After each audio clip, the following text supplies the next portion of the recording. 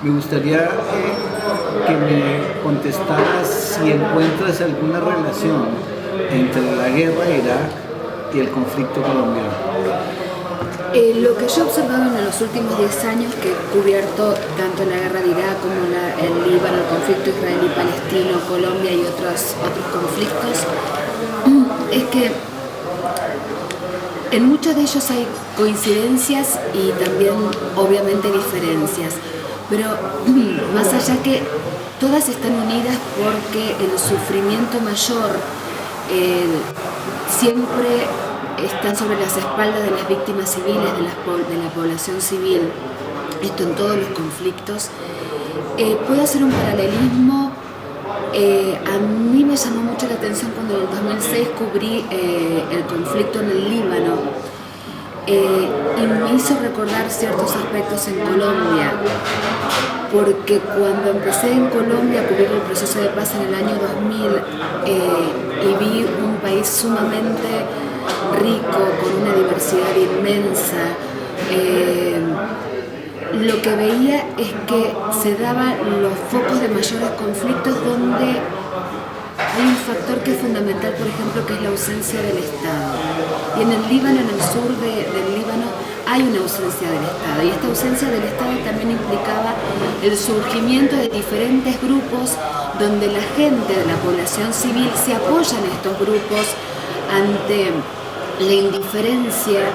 de los gobiernos o de los grupos de poder. Como te decía anteriormente, las similitudes también pasan más allá de que la víctima de la guerra, como siempre se ha dicho, la primera víctima es la verdad. La víctima de la guerra es la población civil. Después creo que las víctimas de la guerra son también los que forman parte de las guerras, las milicias, porque en muchos casos son utilizados por los grupos de poder, ofreciéndole a sectores muy pobres o marginados determinada cantidad de dinero o con algún discurso determinado para ser parte de grupos militares irregulares o no, porque también en este caso el ejército utiliza ciertas metodologías para convertir a los seres humanos en instrumentos al servicio de diferentes poderes. Eso lo he visto muchísimo en Medio Oriente, en Golfo, lo he visto en Colombia. Y las diferencias me parece que tienen que ver más con razones particulares como la idiosincrasia, la cultura y la religión. Pero hay muchos temas o muchos factores que cruzan a todos los conflictos. ¿Tú crees que el conflicto del Líbano es religioso y el nuestro político? No, yo no creo que el conflicto en el Líbano sea estrictamente religioso, porque inclusive el Hezbollah, que es el partido de Dios, es un islam político. La gente a veces confunde el hecho de que tiene que ver con, más allá de que sí está compuesto por musulmanes, es un islam estrictamente político, que convive, por ejemplo, tiene una excelente convivencia con los cristianos y con los musulmanes sunitas dentro del Líbano, pero obviamente ante esa ausencia del Estado que te comentaba anteriormente, hay una forma de organización y acá hay otro factor que es muy diferente con respecto a Colombia, que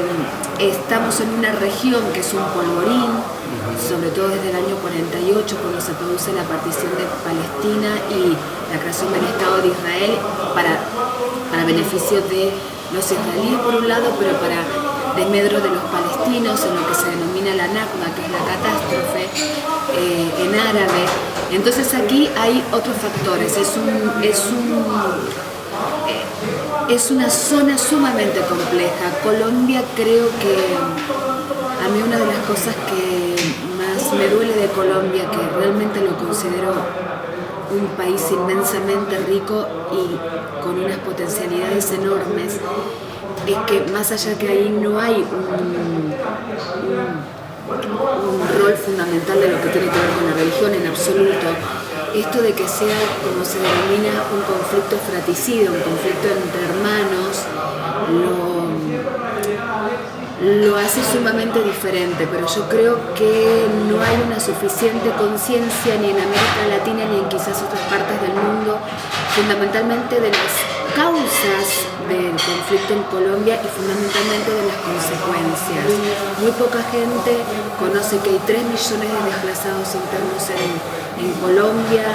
o que hay una cantidad de desaparecidos, inclusive se puede llegar a hablar de un número mayor a los 30.000 desaparecidos en Argentina durante la última dictadura militar,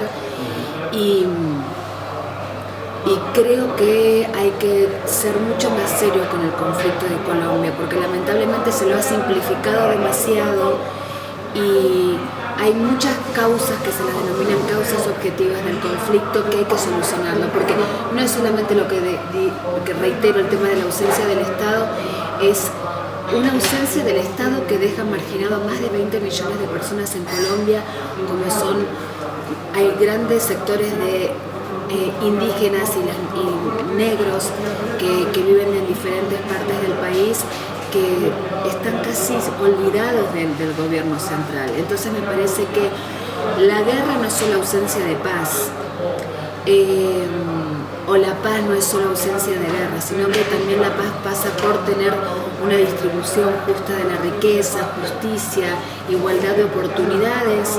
para que los seres humanos accedan a una educación digna, al alimento diario,